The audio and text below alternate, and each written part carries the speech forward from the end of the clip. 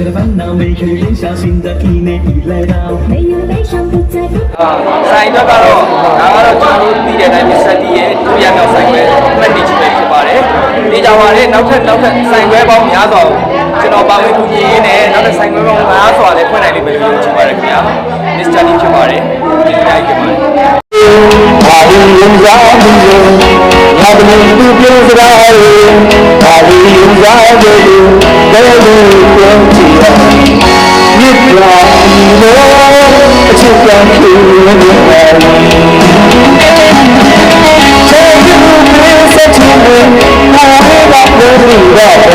ချစ်ချင်လို့ရတယ်ကို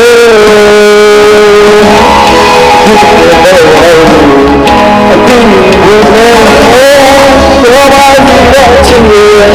တောင်းဆိုချင်လို့ရတယ်စိတ်မပါနိုင်ပါဘူး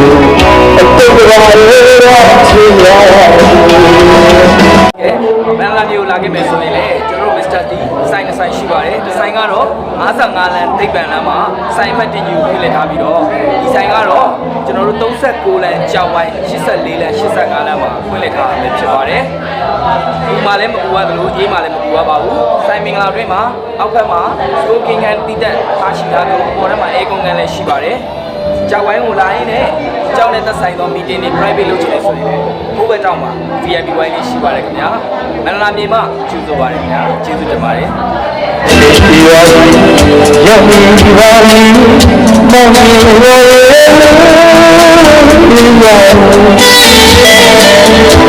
အားလုံးမင်္ဂလာပါကျွန်တော် Mr. D ဆိုင်ခွဲမှတ်နေမှာကျူဆိုပါတယ်လိပ်စာတော့398485မှာပါယနေ့ကဆိုင်ခွဲပွဲပြုလုပ်ခြင်းဖြစ်ပါတယ်ကြည့်လိုအပ်တာလေးများရှိရင်ဒီကနေကိုပြောင်းမှန်ပါတယ်နောက်လည်းလာအားပေးဖို့ဖိတ်ခေါ်ပါတယ်ကျေးဇူးပါ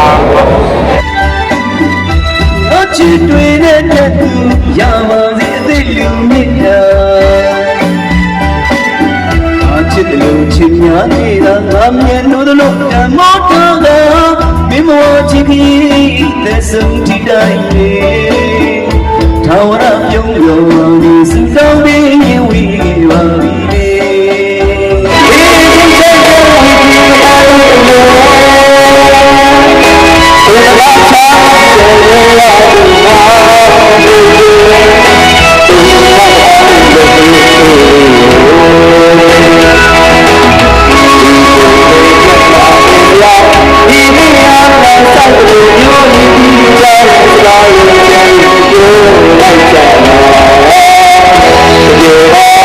Yeah.